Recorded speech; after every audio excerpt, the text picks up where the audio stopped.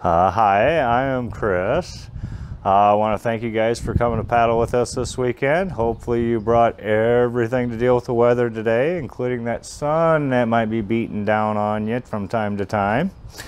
First off, anyone 13 and younger must wear their life vests at all times. Non and weak swimmers should always wear a vest. I'm a pretty good paddler and I'm a pretty good swimmer, but I still wear my vest out there. Average depth of the river is 3 to 4 feet. So if for any reason you should end up in the river at any point in your trip, you might be able to touch the bottom, but if you can't touch the bottom, you'll only have to float a short distance before you'll be able to stand in the river. So the key is not to fight your way back against the current, but to float with the current to a spot where you can safely stand. So always have your life vest on, but if you float along with the current, it'll help you get to a safer spot. If you fight your way back up against it, it's very dangerous and very fatiguing. So float with the current. Unless you're an accomplished paddler, we suggest you stay away from the riverbanks because of downstrees. They act like your strainer at home. They let water through and nothing else. So let's avoid them. Stay away from the snags on the shoreline. There's a lot of debris in the river, logs, branches, and you don't want your boat to run up against that branch, and then the current's going to push you into it, which is going to cause your boat again to be less stable, potentially to go over, as well as if you go into the water along the edges, you can sometimes get caught in the snags, and the current's going to want to push you further against it.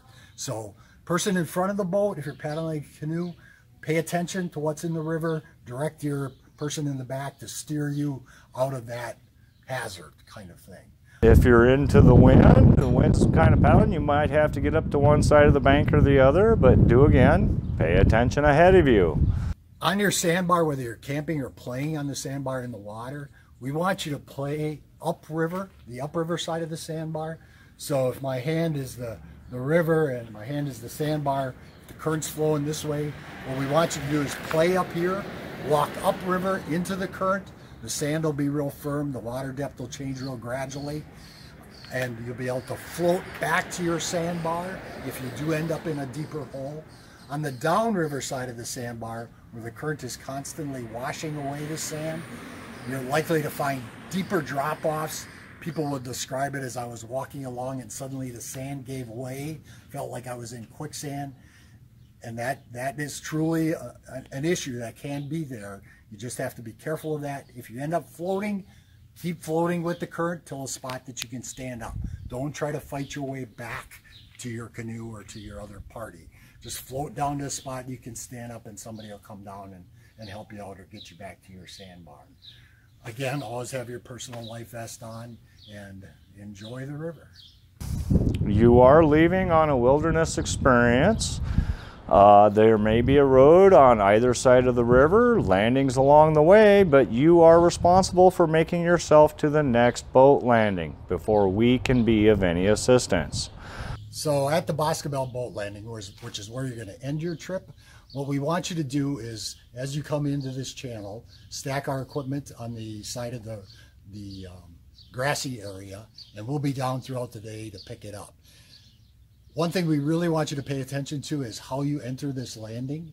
We want you to stay out wide in the river, as you can see on our little picture. And as you come in, stay along the right bank of the inlet into the stream and just make your way into the inlet. Don't make the mistake of staying tight to the left shoreline and trying to make a hard left turn into the landing. People sometimes will lean to the right at the wrong time, making that hard left turn with the current pushing them down. It's a time when the boat becomes less stable.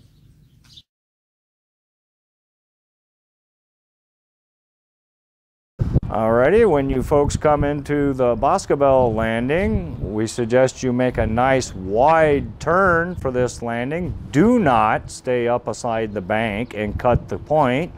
There is a really strong eddy off of that point and it will roll you. So please, once again, take a wide turn and come back up into that landing. And once you get up in there, you'll see a sign that says boats, canoes. I know they float like a boat, but you are in a canoe. Pull it over to the canoe side, up onto the grass, and throw your vests and paddles underneath, and hopefully you had a good enough time. We'll see you next time.